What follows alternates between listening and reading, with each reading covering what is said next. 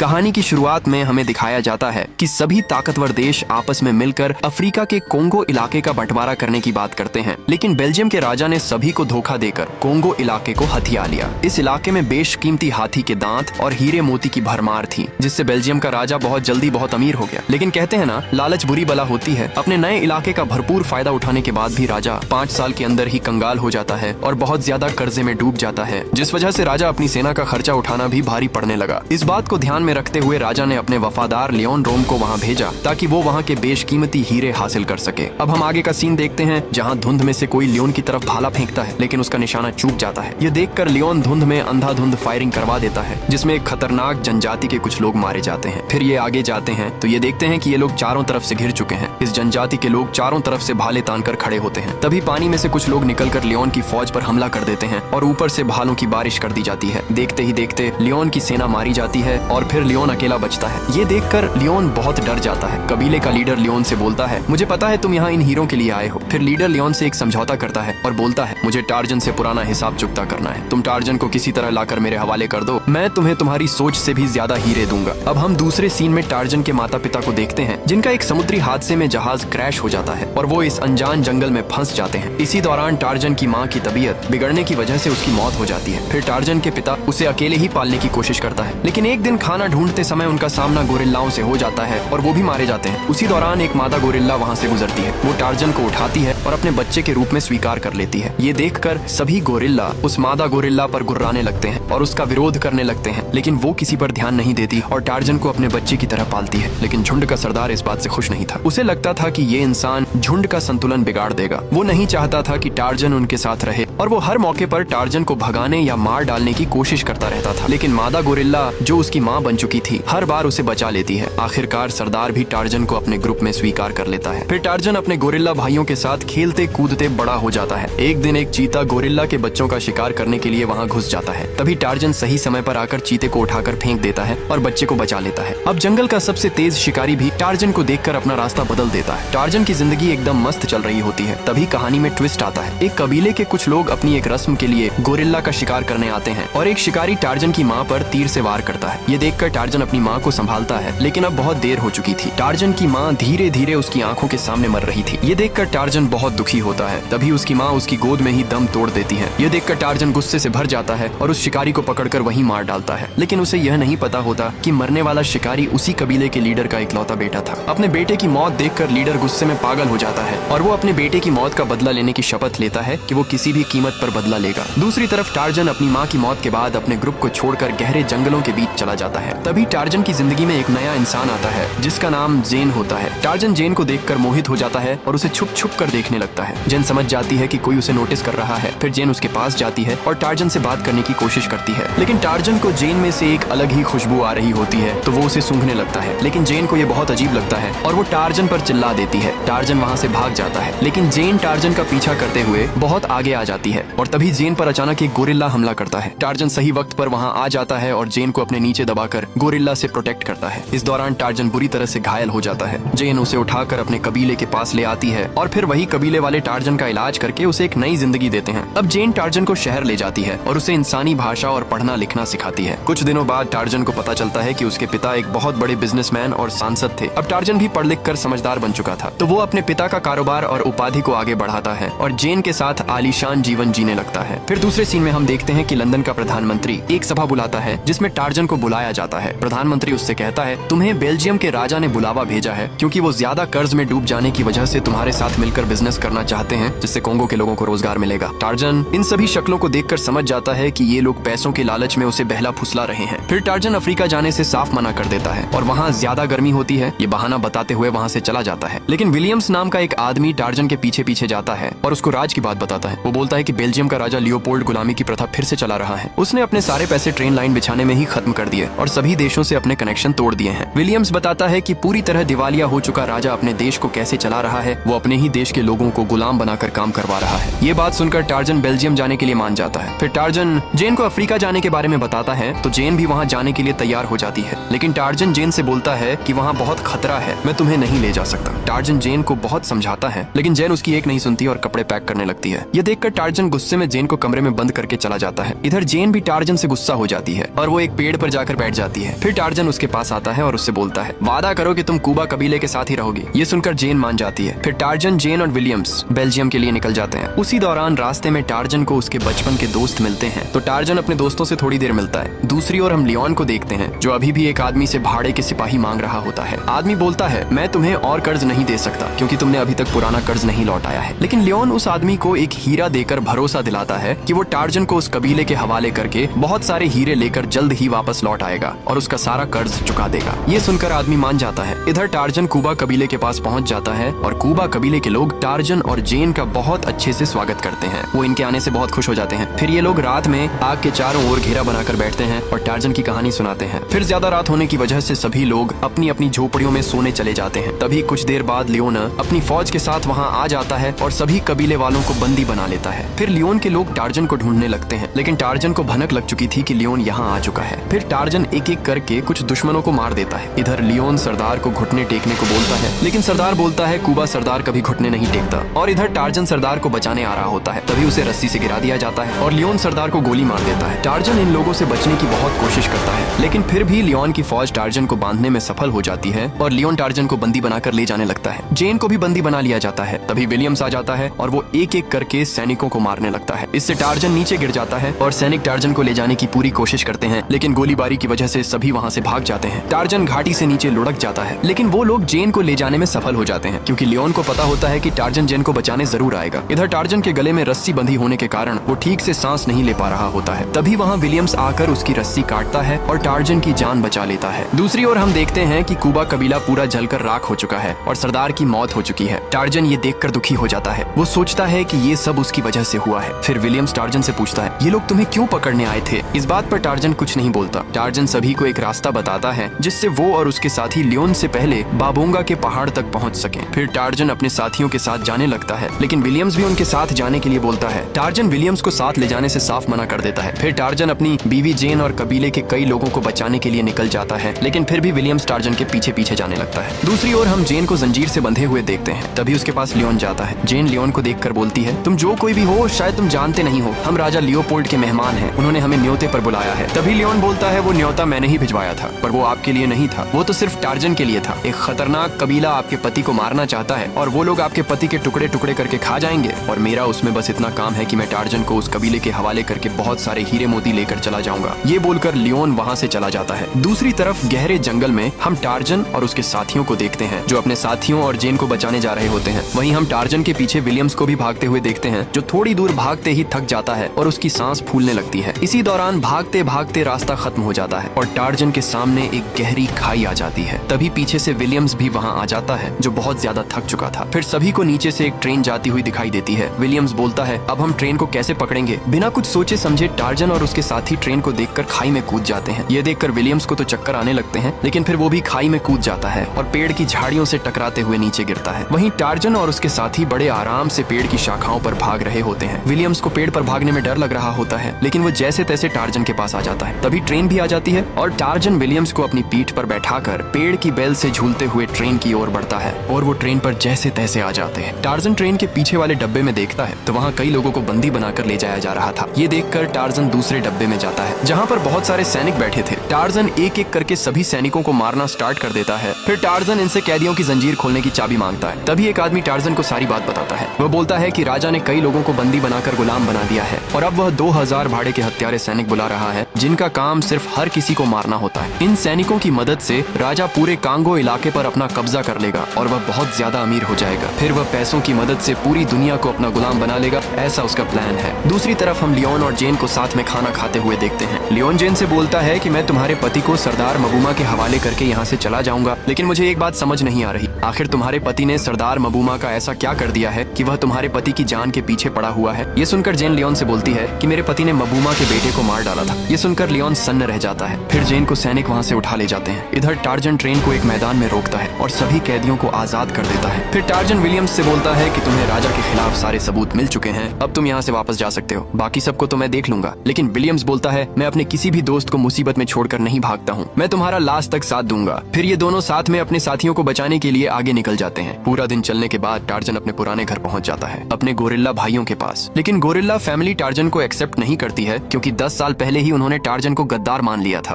अब टार्जन को अपनी फैमिली में वापस आने के लिए अपने ही भाई से लड़ना पड़ेगा। फिर टार्जन और अकूद लड़ने के लिए बिल्कुल तैयार हो जाते हैं। दोनों एक दूसरे की तरफ दौड़ते हैं और लड़ाई शुरू हो जाती है। इस लड़ाई में अकूद टार्जन पर भारी पड़ता है। वह टार्जन को उठाकर फेंक देता है, फिर उस पर कई बार वार करता है, जिससे टार्जन बहुत ज्यादा घायल हो जाता है। लेकिन अकूद टार्जन को अभी भी अपना भाई मानता है, इसलिए वह उसे जान से नहीं मारता। तभी अकूद विलियम्स के हाथ में बंदूक देखकर उसकी तरफ बढ़ता है। टार्जन उससे बोलता है, तुरंत घुटने पर बैठ जाओ, नहीं तो वह तुम्हें मार देगा। फिर विलियम्स उसके सामने घुटनों पर बैठ जाता है। ये देखकर अकूद जोरदार दहाड़ मारता है और उन्हें वहीं छोड़कर चला जाता है। फिर रात में टार्जन अपने घावों पर चींटी के डंक से टांके लगाता है। तभी वहाँ से टार्जन के कई सारे हाथी दोस्त निकलकर जा रहे होते हैं। टार्जन उनसे भी मिलता है। अब विलियम्स को पता चलता है कि टार्जन से जंगल के सभी जानवर इतना प्यार क्यों करते हैं। दूसरी तरफ हम लियोन का जहाज देखते हैं, जहाँ पर जेन जंजीरों से बंधी होती है। तभी एक सिपाही आकर जेन को जंजीरों से खोलता है। वह उसे अपने पास ले जाने आया था। अब जेन को यहाँ से भागने का बहुत अच्छा मौका मिलता है। वह अपने दोस्तों से दूसरी भाषा में बोलती है, तुम सीधे यहाँ से भागकर अपने कबीले के पास जाकर मदद लाओगे। यह देखकर सैनिक जेन के दोस्त को पानी में गिरा देता है और वह एक गहरी सांस लेकर डूब जाता है। इधर जेन भी सैनिकों से छूटकर पानी में कूद जाती है। शोर सुनकर लियोन बाहर आता है। सैनिक पानी में से पिंजरे को बाहर निकालते हैं, लेकिन उसमें से जेन का साथी भाग चुका था। अब जेन और उसका दोस्त जल्दी जल्दी किनारे की ओर तैरने लगते हैं, लेकिन एक हिप्पो उनके पीछे पड़ जाता है। सैनिक जेन पर गोलियों से हमला करते हैं, लेकिन एक भी गोली उसे छू नहीं पाती। फिर जेन और उसका दोस्त पानी से निकलकर जंगल में भागने लगते हैं। जेन अपने दोस्त को मदद लाने के लिए भेज देती है और खुद दूसरी तरफ चली जाती है। जेन गलती से गोरिल्लाओं के इलाके में पहुंच जाती है। गोरिल्ला उसे देखकर जोर जोर से आवाज निकालने लगते हैं। ये देखकर जेन समझदारी से उनके सामने झुक जाती है। तभी लियोन वहाँ आ जाता है और धीरे धीरे जेन के पास आता है। जेन उससे बोलती है, वादा करो कि तुम इन्हें कुछ नहीं करोगे। लियोन मान जाता है और जेन उसके साथ जाने लगती है। लेकिन तभी एक सैनिक एक गोरिल्ला पर गोली चला देता है। जेन चिल्लाती है, ऐसा मत करो, मत मारो इन्हें। लेकिन सैनिक एक एक करके सभी गोरिल्लाओं को मारने लगते हैं। दूसरी ओर टार्जन को जेन की चिल्लाने की आवाज सुनाई देती है। वह बिना सोचे समझे उसे बचाने के लिए खाई में कूद जाता है। इधर अकूद अपने लोगों को बचाने के लिए आगे बढ़ता है, लेकिन तभी एक सैनिक उस पर गोली चला देता है। उसी दौरान टार्जन अकूद को बचा लेता है। अपने परिवार को मरते देखकर टार्जन बहुत गुस्से में आ जाता है। फिर टार्जन और अकूद मिलकर सभी सैनिकों को मार देते हैं। दूसरी तरफ लियोन जेन को लेकर सरदार मबूमा के पास आ जाता है। उधर टार्जन अपनी पत्नी को बचाने के लिए पूरे गुस्से में वहीं आ रहा होता है। कुछ देर में टार्जन वहाँ पहुँच जाता है। वह देखता है कि लियोन बहुत सारे हीरे मोती लेकर जा रहा है और साथ ही उसकी पत्नी को भी बंदी बनाकर ले जा रहा है। तभी सरदार मबूमा टार्जन से बोलता है, अब तुम्हें मेरा दर्द समझ आ रहा होगा। फिर दोनों के बीच जोरदार लड़ाई शुरू हो जाती है। टार्जन सरदार मबूमा पर भारी पड़ता है और एक एक करके कई सैनिकों को मारता है, लेकिन दुश्मन बहुत ज्यादा होते हैं। तभी सरदार पीछे से टार्जन को गिरा देता है। फिर दोनों के बीच भयंकर फाइट होती है। उसी समय विलियम्स भी वहाँ आ जाता है, लेकिन वह भी कुछ नहीं कर पाता। फिर टार्जन सरदार से कहता है, लियोन यहाँ से